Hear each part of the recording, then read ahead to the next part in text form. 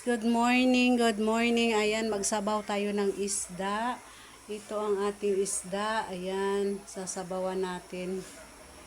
Tsaka, lagyan natin ng pichay, tanglad, kamatis, sibuyas. Ayan, thank you, thank you. Ayan, takpan muna natin.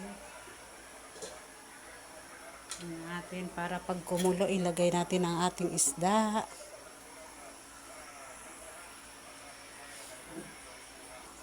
Yan guys, kumulo na ang ating hinaan natin konti.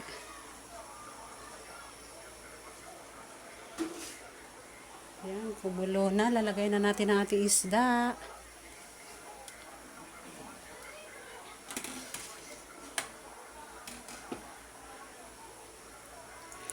Ito ang ating isda guys.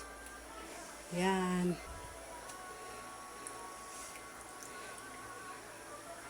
Ayan o, laki. Mahal ang isda ngayon guys. Mas mahal pa sa baboy. Hindi naman pwedeng magbaboy tayo ng magbaboy at manok. Mas gusto ko pa yung isda. Eh, itong dalawang bata ay mas gustong may sabaw. Kaya yan, isda muna tayo. Isda muna. Yan, takpan muna natin. And then, maglagay tayo ng asin. Asin. Kunti lang asin guys, para hindi siya maalat. Yan. Kunti yung seasoning.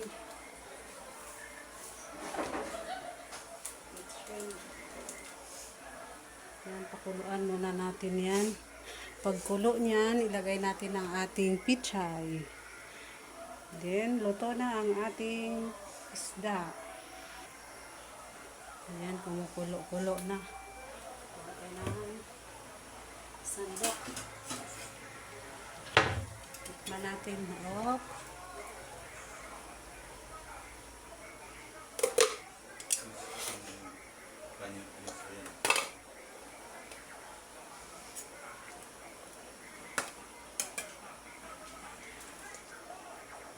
Tikman natin guys.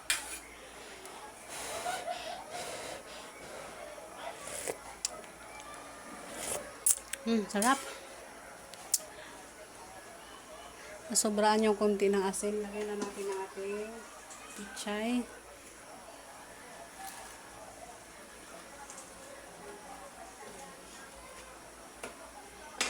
Ayan.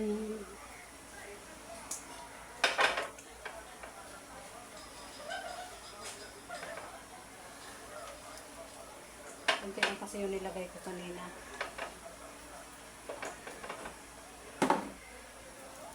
Ayan.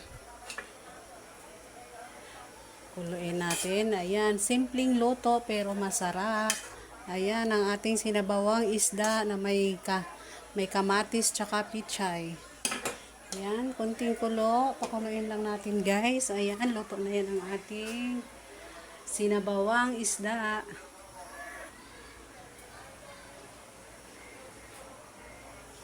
Ayan na.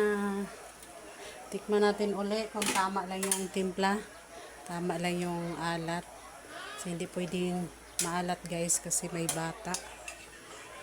Bawal sa bata ang maalat.